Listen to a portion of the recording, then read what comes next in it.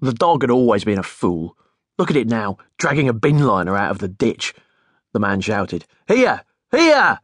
But the dog only stopped for a moment, then continued. As he got nearer, he could hear a sound in the dog's throat. That sound, together with the look in the dog's eyes, made him afraid, and he hesitated for a moment before reaching down and grabbing for its collar. The dog snapped at his right hand, and in a fury of pain and anger he kicked the dog hard into its soft side. The dog yelped and dropped onto its belly. Christopher Moore looked around at the dank scrubland. Nobody had seen him kick the dog. It was first light, and dark grey clouds hung low enough to touch. Nobody else was walking their dog on the heath. Anger made the blood drum in his ears. "That's it, mate," he said to the dog in the ditch. "You've bloody had it. You're off. I'm having you put down." The bull terrier was panting now, showing its powerful jaws and its long brown tongue. He looked at the side of his right hand where blood was seeping through a jagged wound. He hated to see his own blood, though I suppose it's proof that I'm alive, he thought.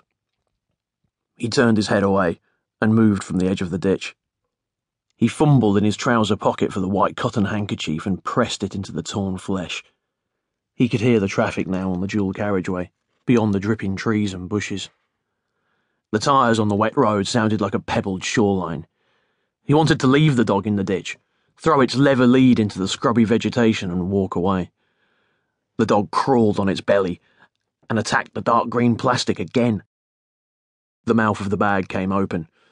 Something fell out, and the dog pawed at it. "Leave it! Leave it!" he roared, and rooks flapped from a tree. Then he looked down into the ditch and saw a tiny, naked child. It was a girl. Christopher climbed into the ditch and picked her up. She felt warm to him, but not warm enough to be alive. He placed her tenderly inside his coat. Now he was close up, he saw that the bag was more substantial than he had at first thought. The plastic was thick and was marked "Incinerator" in yellow letters.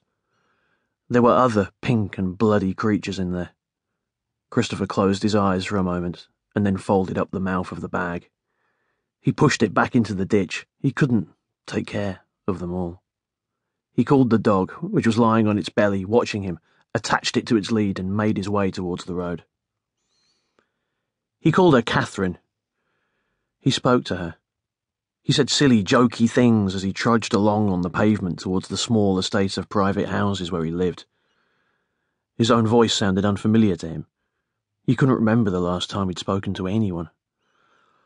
"I live in Toy Town," he said. "Wait till you see my house. It's like something out of a noddy book." Christopher had got an almost complete set of noddy books upstairs in one of his spare bedrooms. They were flanked on the shelf by Just William and Swallows and Amazons. The dog strained on its lead as they stood together on the pavement waiting to cross, and he jerked it back. But he wasn't angry with the dog now. If it hadn't been for the dog, he would not have found Catherine. He would not have had a child to hold in his arms. There were 24 houses on the 2-year-old estate. They were known collectively as Curlew Close. No two houses were exactly the same, though each had a thatched porch and solar panels on the roof. Christopher hurried across the road and turned into the silent estate. He let himself in at the front door and went straight down the hall to the kitchen.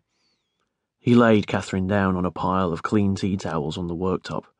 Then, after washing the wound on his hand at the sink and applying a waterproof plaster, he fed the dog. When it was sleeping in front of the gas log fire in the living room, he took Catherine upstairs to the bathroom. He washed her in clean warm water in the wash basin. Her eyes were shut tight, but he imagined that they were blue. He compared her fingernails to his own, and thought that he saw a similarity of shape. He patted her dry and wrapped her in a white hand towel. He stood in front of the bathroom mirror with her and thought that he looked like the father of a newborn baby. Not dead, as he knew Catherine was, just sleeping, like babies do all the time. They're famous for it. It's what they do. He carried her downstairs and sat by the fire. His forefinger followed the delicate profile of Catherine's face. His finger looked grotesque to him. The skin was tough and 49 years old. Catherine's skin peeled away at the gentlest of his touch. She had been born too soon, before the thicker skin she needed to survive in the world had developed.